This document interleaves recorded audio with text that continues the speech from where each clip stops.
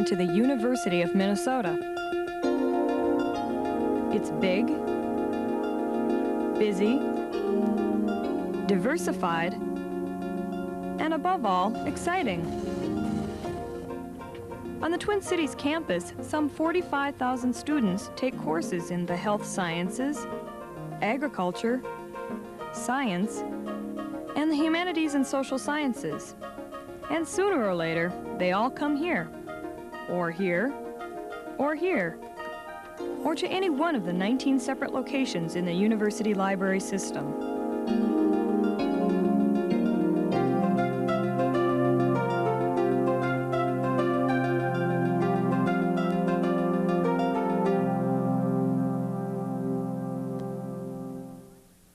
Like the U, the library system is big, one of the 15 largest in the country. Millions of users each year are served by a staff of over 450 employees. The various collections house 4.5 million books, millions of government documents, 80,000 journals, 500,000 maps, manuscripts, music scores, hardware, software, you name it. All the resources you'll need, from Magellan to Macintosh. But when does all this richness and diversity change from mind-boggling to mind-numbing? The first time you come to use it, right? Wrong. There's a user-friendly guide to the resources of our library system. The computerized catalog called Lumina. It's your access to collections and services, like the ones we're going to show you. And it's as easy to use as pressing a key.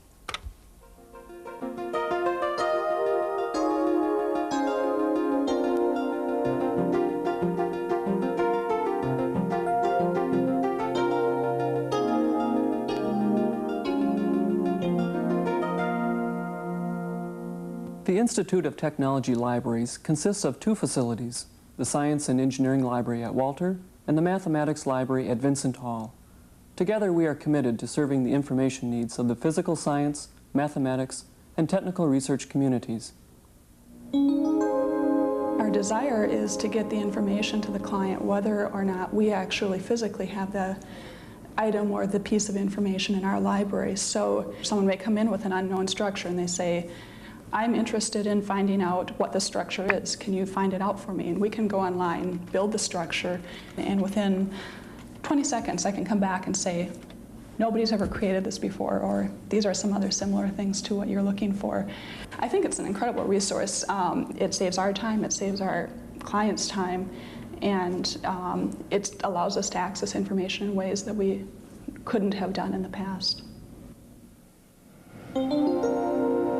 Well, I'm working in the area of manufacturing, automation, robotics, and the libraries and journals, generally speaking, are the only way you can keep up with what other people in the field are doing in the different research organizations, universities. The idea is that you grab ideas from other people and what other people have done and try to improve upon them, or else you might have some bright ideas of your own and you would try to apply your own techniques in the field to solve the problems.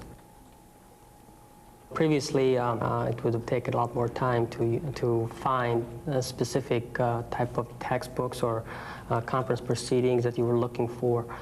Now, with the Lumina, you can easily search all the existing literature that this library carries.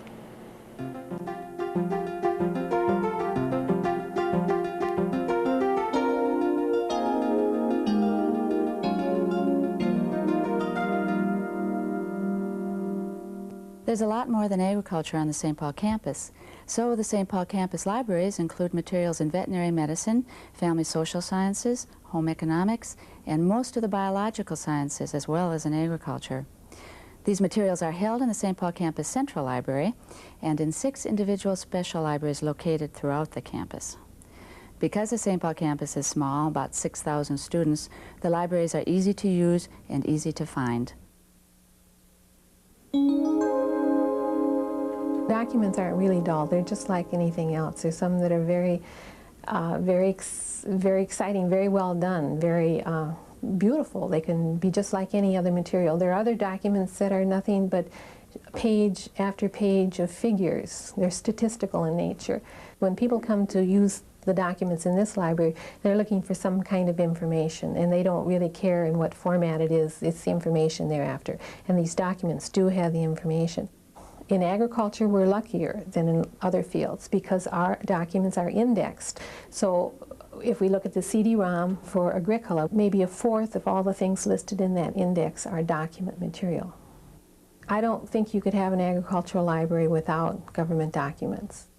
Okay, if I were doing a research project in, say, fashion design, and I'm primarily interested in the sorts of visual materials that are available. The books collection in both textile design and things like furniture design, some architecture, quite a bit of landscape gardening and landscape design are fairly extensive. One example might be the American Design Index, which is a microfiche collection of all aspects of design throughout the United States. It tells me what it's made out of pine, stained rose, who the illustrator of the watercolor was, and who the owner of this particular piece of furniture is. So there's a lot of information available between these two resources, both visual and historic.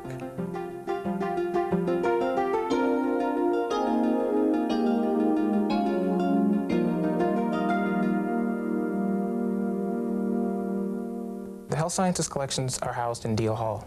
We provide you with information in the fields of nursing, public health, pharmacy, dentistry, and mortuary sciences, as well as the biological and medical sciences. We have one of the best collections in the country, and we can provide you with a literature search within 24 hours. We can obtain the information you need from anywhere in the world. We'll do our best to answer all your questions.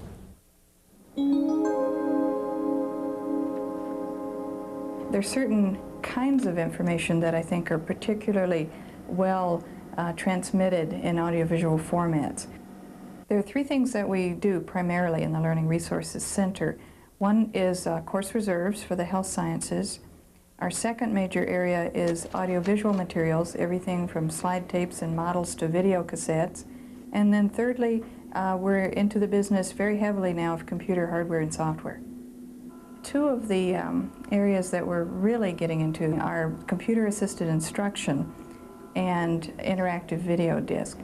A transverse section will pass through the Learning Resources Center, maybe in conjunction with reference, we are the two areas that are being changed the most by computers.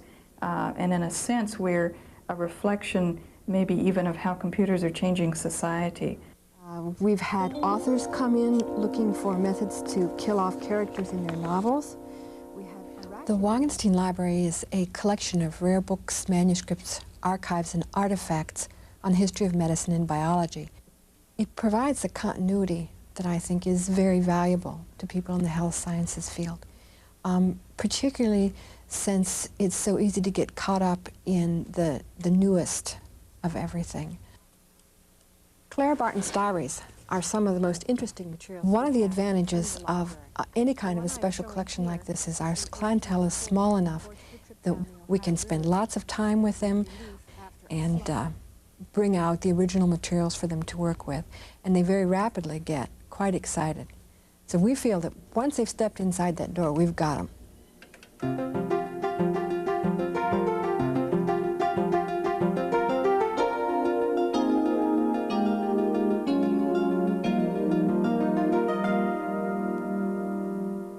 The humanities and social sciences encompass all of human arts and culture, as well as the study of how we behave and relate to one another.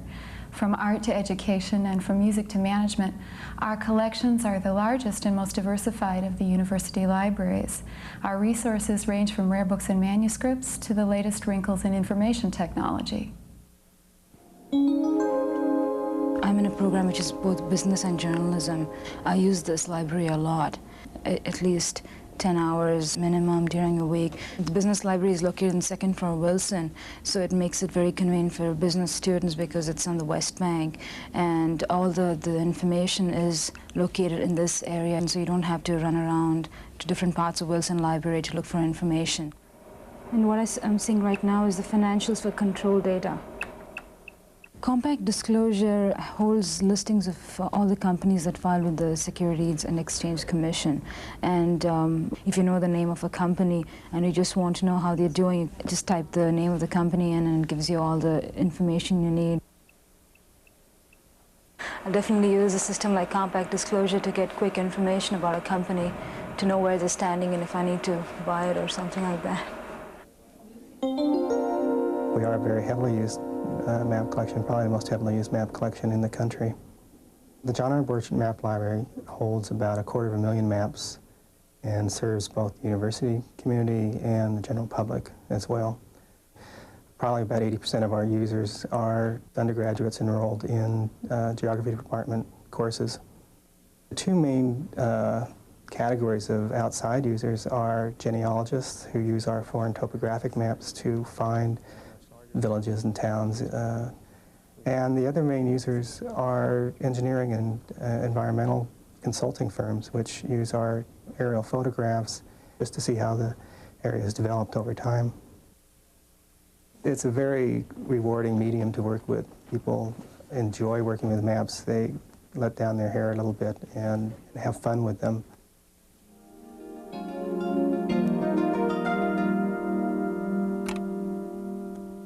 You can see that Lumina is your key to the vast amount of information in the University of Minnesota libraries.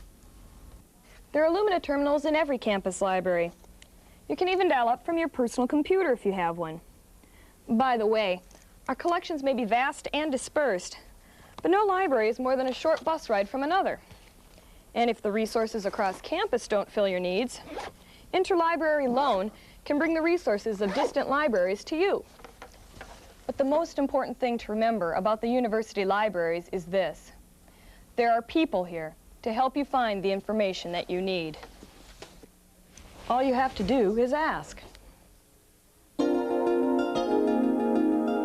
It's that first step of first going up to the desk and saying, I really need to find this and I don't know how. That's the hardest thing for them. There are people who will not ask. I've only been in Minnesota for 9 months, but here I think it's being Minnesotan.